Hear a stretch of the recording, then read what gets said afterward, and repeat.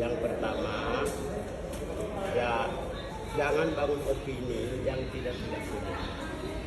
Saya melihat pemerintah ini atau Jakarta ini sering mengatakan semua orang sipil di Papua itu separatis, semua orang sipil di Papua itu OPM, semua orang sipil di Papua itu teroris, semua orang sipil di Papua itu mendukung OPM atau mempersenjatai.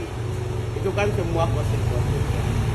Apalagi aparat sipil negara disinyalir sebagai yang mensupport organisasi Papua Merdeka. Saya kira Jakarta harus mengerti bahwa ya Jakarta sudah mengambil sumber daya alam. Jakarta sudah membunuh orang Papua. Ya, Jakarta sudah lakukan rasisme terhadap orang Papua. Jangan lagi menyakiti orang Papua dengan stigma-stigma yang tidak bertanggung jawab. Nah, kalau ada aparat atau pejabat-pejabat di Papua yang mensupport senjata kepada TPN OPM, ya kenapa Joko Widodo, Tito Karnavian maupun juga DPR RI mau ingin mekarkan 5 provinsi di Papua? Bukankah itu akan lebih berbahaya lagi? Hanya 1 provinsi saja Jakarta sudah merasa takut, sangat takut terhadap ASN yang ada di Papua. Jadi saya sudah dari dulu sudah sampaikan ke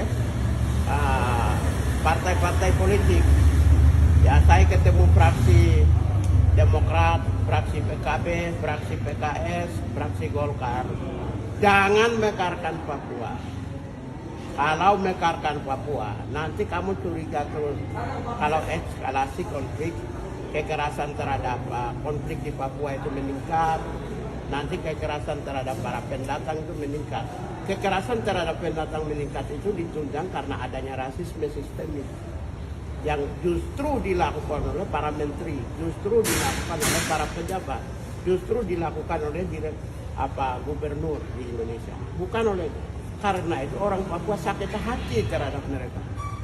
Karena itulah maka saya sampaikan bahwa nanti sampai suatu saat itu semua, jangankan ASN, jangankan pejabat negara dan politisi, nanti anak-anak SMA saja dicurigai sebagai pendukung TPN OPM.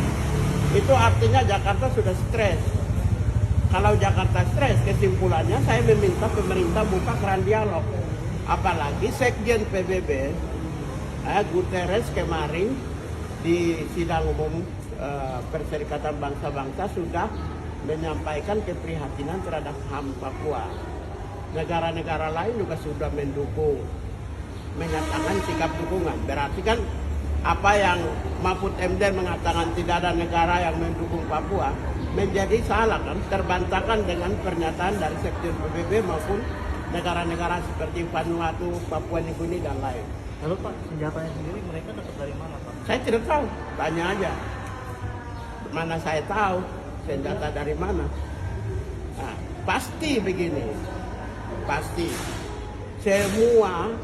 semua orang di dunia yang melakukan perlawanan untuk mencari kebenaran dan keadilan. Soal senjata itu kapan saja orang bisa dapat. Anda melihat negara-negara di Timur Tengah dengan kelompok-kelompok. Anda melihat Moro ya di Filipina. Anda melihat Jala, Patani, Naratiwati, Thailand Selatan. Anda juga melihat di Myanmar Selatan, semua. Mereka senjatanya dari mana? Jadi jangan hanya melihat Papua aja, bahwa semua wilayah yang konflik untuk mendapatkan senjata itu bisa saja. Karena itu jangan apple to apple ke Papua. Semua negara-negara Timur Tengah, elemen-elemen yang memperjuangkan keadilan, saya pakai keadilannya, saya tidak mau pakai bahasa yang agak keras. Nah, yang memperjuangkan keadilan, dapat senjata yang modern, yang canggih, yang luar biasa, itu pasti bisa dapat. Apalagi Papua, dengan sumber daya yang begitu besar. Jadi jangan semata-mata menuduh aparat sipil negara. Aparat sipil negara gajinya berapa sih? 20 juta, 30 juta, itu pun belum tentu sebulan habis. Belum tentu dapat sebulan. Kemudian politisi dapat dari mana? APBN dari mana? Di seluruh dunia sama gitu. Jadi jangan melihat Papua itu dicurigai ada tokoh politik di balik itu, ada partai politik di balik itu, ada ASN di balik itu. Kok takut banget sih? Kemendagri memekarkan 5 provinsi. Nanti Kemendagri memekarkan 5 provinsi, nanti bilang 5 gubernur membiayai TPNOPM. Kemudian 5 sekda biayai TPNOPM. Sekian banyak pegawai ASN di 5 provinsi membiayai TPNOPM sehingga Papua jadi bumi hangus karena konflik perang antar Papua dengan tentara, aparat dengan perang Papua dengan masyarakat kaum migran. Terakhir Pak, sebetulnya ada yang ketolongan nggak sih Pak kalau memang inflasi? Ataupun harapannya apa sih Pak? Takutnya Harapannya cuma satu, dialog. Pemerintah pusat jangan tutup keran dialog. Karena kalau tidak dialog, saya khawatirkan orang-orang sipil yang biasa, seperti kemarin rumah sakit ya Mantri, ya kita tidak tahu siapa pelakunya di Mantri itu. Tapi kalau warga-warga sipil yang mengadu nasib di Papua itu kasihan. Jadi mau tidak mau Papua itu dialog. Indonesia tidak bisa menutup diri. Jakarta ini kan menutup diri terus. Wong presiden mau ke Papua aja dia takut kok sekarang. Ya kok negara Indonesia, negaramu sendiri aja takut gimana tuh? Berarti kan ada sesuatu yang harus diselesaikan. Kita lebih kepada mendorong penyelesaian Papua dengan dialog yang bermartabat dan berkualitas. Jadi tidak ada jalan lain, hanya satu-satunya adalah dialog dengan kelompok kepentingan di Papua. Berarti kalau polemik menurut kalau ASN itu tidak menurut Pak Gaya tidak benar ya? Itu kan tuduhan sesat karena Jakarta sudah stres. Jakarta sudah stres. Dulu bilang itu gubernur biayai, dulu bilang ketua DPR biayai